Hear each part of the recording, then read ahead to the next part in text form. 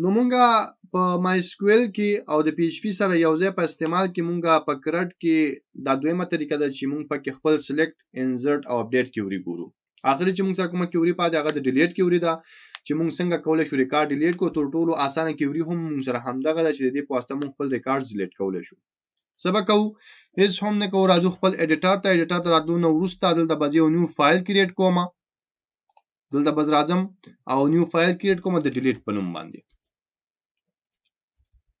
.php او په دې کې به د ډیلیټ کوډ لیکم. نو دا به راځم PHP او start PHP په کلوز کو او دا به لمړی کنیکشن راوړم. نو لیکم چې انکلود او انکلود کوته وایم چې موږ سره db-config په نوم یو فایل دی .php دا راوړی. اوس مسله دا ده چې کله زه پر دې ډیلیټ بٹن کلیک کوم نو موږ سره دا فایل ډیلیټ کیږي. نو موږ به څه وایو؟ زه به راځم انډیکس ته راتلو. نو وروسته راځم چېرته دې لینک ته راځم او په دې کې چې کله پتا کلیک وشو نو ته به چېرته ته به ډیلیټ ته ځې .php ته او یوازې باندې ځان سره به ID هم وړي. او دا چې زه ID لیکم دا ضروري نه چې تاسو ID ولیکئ، دا یو ویریبل دی. ښه دلته تاسو هر څه لیکلی شئ. مثال د یوزر ID لیکم، زه یوزر ID لیکم. داسې نشته تاسو به ټول عمر هم د ID لیکئ چې ولا بل شی نشئ لیکلی. دلته تاسو چې هر څه لیکئ دا یو ویریبل دی، ستاسې خوښه چې هر څه لیکل غواړئ. اوس به دلته موږ سره یوزر ID کې ویلیو ولاړ شي، چېرته ډیلیټ ته به راشي. نو دلته به زه ID راواخلم. ID کوم ځای نه راځي؟ نو زه دلته لیکم چې ID موږ سره ګیټ او ګیټ کې موږ سره یوزر ID دې ځای نه ID راځي.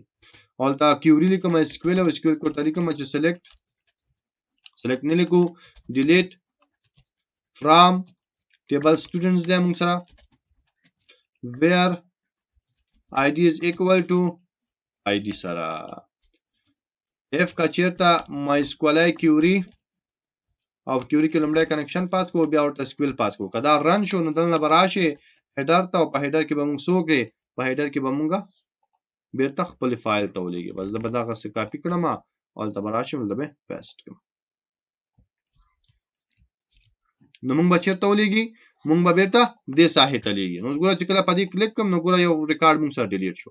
کلیک مې کو بل ریکارډ ډیلیټ شو. اوس کنفرمیشن غواړو موږ چې کله ډیلیټ باندې کلیک کړو نو ډایرکټ ډیلیټ ونشي.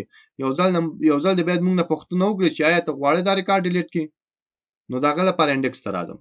انډیکس چې دا موږ سره کوم بٹن دا پدې کې زه چیا پاس کوم؟ پدې کې زه د جاوا سکرپټ یو کوډ پاس کوم چې هغه موږ سره آن کلیک دی.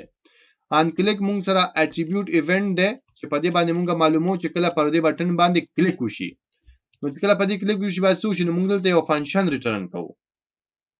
یو چې ریټرن کوو فنکشن مثال کنفرم ډیلیټ او دا فنکشن به موږ جوړو. کچې دا د فنکشن کې ټرو راغله نو دا به ډیلیټ کیږي، کچې دا ټرو نه غلو دا به نه ډیلیټ کیږي. نو دا فنکشن به زوس کریټ کوم.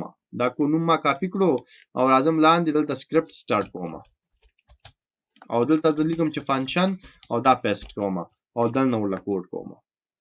نو موږ سره راځي کنفرم باکس او په دې کنفرم کې د خپل خوخه میسج لیکم او لیکم چې are you sure you want to delete. نو دا مې ورته ولیکم آیا ته مطمئن ډیلیټ کوي؟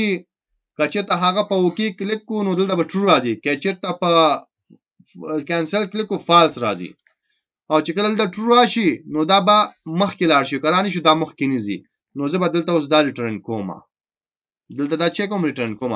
نو اصل کې چې دا فنکشن ریټرن کوم دی فنکشن کې بیا ټرو راځي یا فالس راځي. که فالس راغی فالس ریټرن شو، که ټرو راغی ټرو ریټرن شو.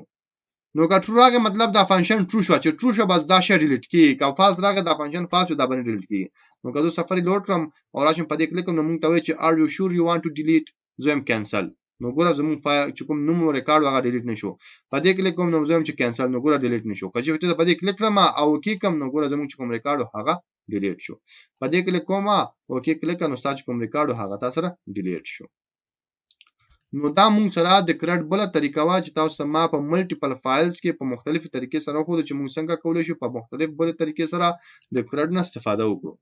زموږ چې د کرډ کوم کلاس او دواړه خلاص شو، روان کلاس کې به موږ فایل اپلوډینګ باندې خبرې کوو چې موږ څنګه کولای شو فایل اپلوډ کو او لاغه نور څه بل خیر سره یو ورځ دمه بکو بیا بل خیر پروژه شروع کوو.